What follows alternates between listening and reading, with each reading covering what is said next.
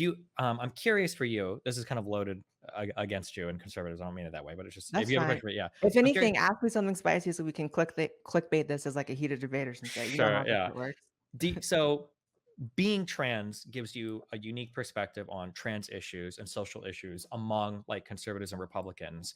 Do you ever see the way that they treat trans people in trans discourse and then pause and wonder, well, fuck, if they treat trans people this way, maybe I've missed as a result of being part of this group, like things they might say about like fucking feminists or minorities or whatever. Like, does that ever make you wonder in terms of like the overall view of the party and other topics that don't directly involve like your lifestyle? You mean so I observe the way in which they can be nasty about trans people. Do you think that I maybe don't see when they are nasty about other groups of people? Mhm. That's probably true. I probably, we all have our own biases, and I probably give some people, I'm not even going to say probably. I absolutely have in the history of this, 7, 8 year career I've had. I've absolutely been guilty of giving people way too much. What's the word? Leeway, I guess, Mhm. and assuming the best of people that really were bad, right? So, like, Mhm. I would say, like, maybe once or twice a year, I find out something really horrible about, like, another, like, right-wing commentator, and I'm like, "Oh, this person was, like, the devil the entire fucking time, fuck this person." Mhm. It's like, "Oh, this person is just going straight up anti-gay," and, like, I know that they're actually gay in real life, and that's a whole secret and cheating on his Yeah. wife. That's by the way, libs are correct when they talk about that. Libs are absolutely correct when they talk about how so many people on the political right that are, like, commentators are secretly gay. The amount of, like, gay motherfucker anyway.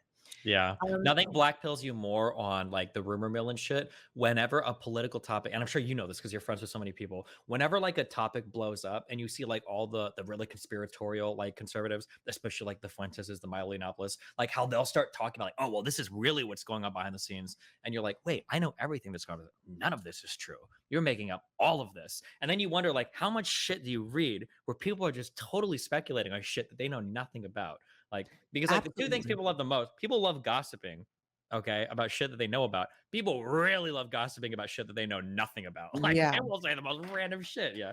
It happens on the left too, to be fair. Yeah. But Yeah, and there's those moments all the time for me. Like the Kanye shit was like an eye opener on several things. It's like there were a bunch of people who I'm like, "Oh wow, so I thought that this level of anti-Semitism was largely dead and gone by 2023 on the political right, and oh wow, it's not."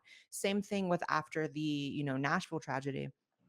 um, I was like, "Oh, wow, a lot of people that I thought had more, rational or, like, grounded opinions on trans shit are actually they've just been waiting for an opportunity to be like, 'Fuck all these people, eradicate transgenderism.'" I'm not mhm, speaking specifically of Michael Knowles 'cause I've always known he was an asshole, but, sure. um, yeah, but I also think that there's, a misconception that, like,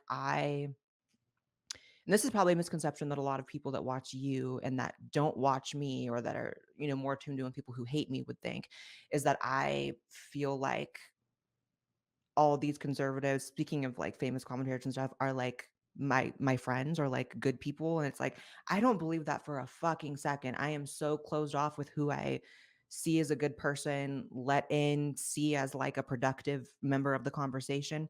But what's funny is there's a huge misconception by people on the left about who really is a bad person and who isn't a good person, whether or not you agree with them. So, Mhm, for example, like I'll post a picture with my friend Alex Jones, and without fail, those pictures of me and him always go viral, and people are like, "Blaire's friends with someone who hates her." And there's been so many times where I've literally been so tempted to just post a screenshot of just like a text interaction between Alex and I where he's like, "I love you. My wife loves you. You're such an amazing person," like gushing over me. If anything, he likes me a little too much. okay. But then other people that people think are maybe more soft core on social issues are actually like a lot more extremist and a Mhm, lot more of an issue. So it's always interesting to see like the disconnect that people have. And I'm sure the same would be um, me looking at people on the left. I might look at people that I feel are more extreme when in reality they're more rational and vice yeah. versa. I think that one of the hardest things for me learning, I think I've learned this a lot over the past, definitely like 5 or 6 years, is decoupling people's political beliefs from if they're a good or bad person. Yeah. Because it seems like if you have a certain set of political beliefs, you must be of a certain type of moral character, and you're absolutely not.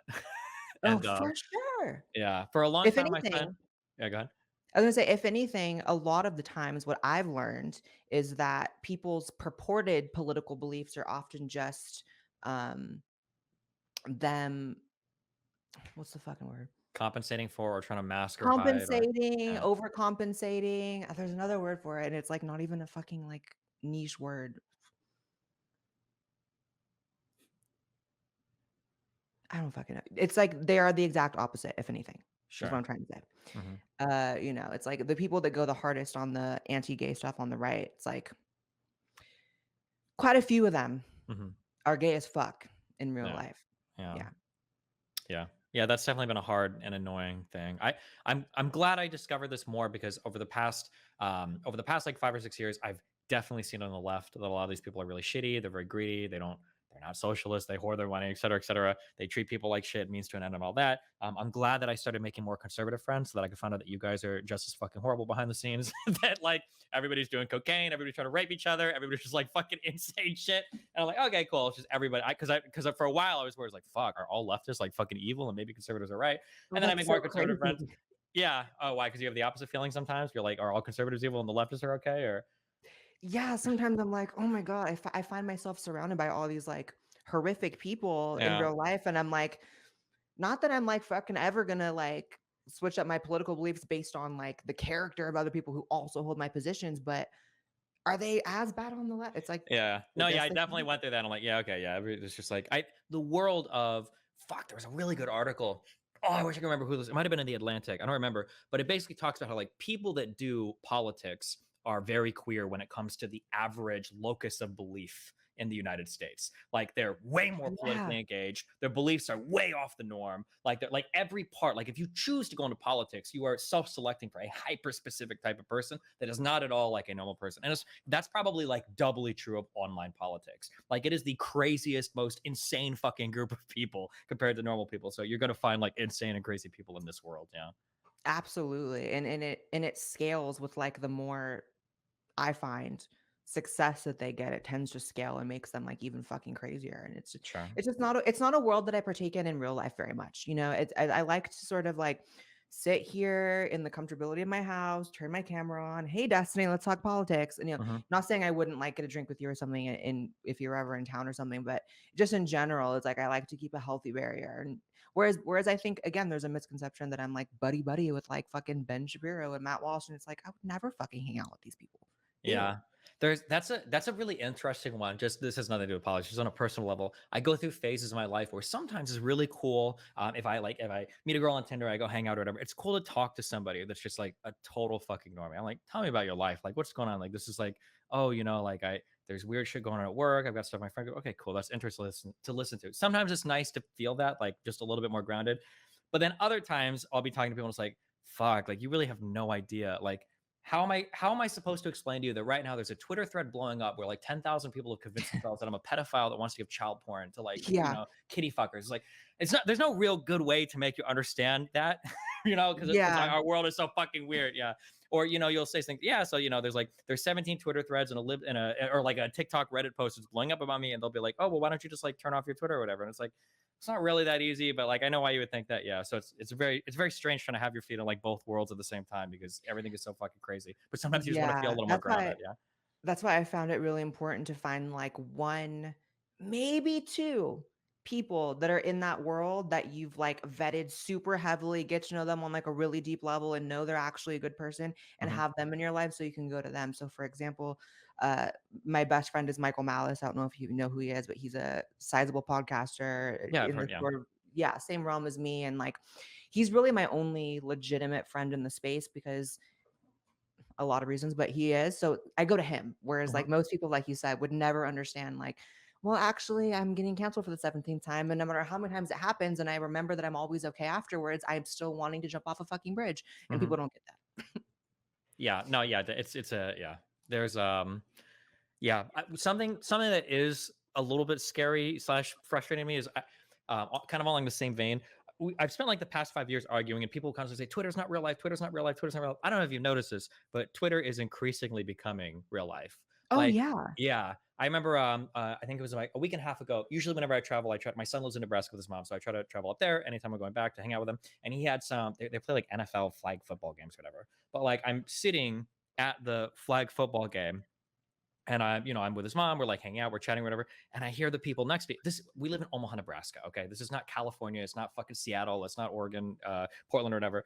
I'm in Omaha, Nebraska, and I hear the people next to me start talking about some fucking trans bill or whatever in like another state, and I'm like, fuck me, I literally can never get away from these fucking issues. I'm literally sitting in grass right now. Why am I listening to this?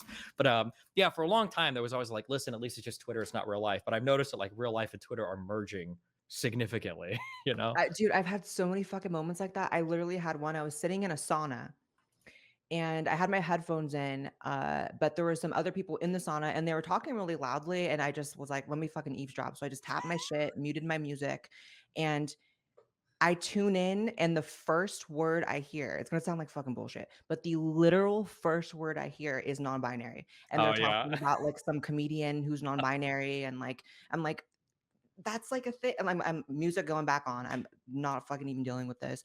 Yeah. And it's like, yeah. And that's why oftentimes I think people like to disregard sort of like those viral TikToks that, you know, maybe Live the TikTok will post them and people find them representative of trans people or whatever. And people like, oh, it's just TikTok. It's like, okay, but that is a real person.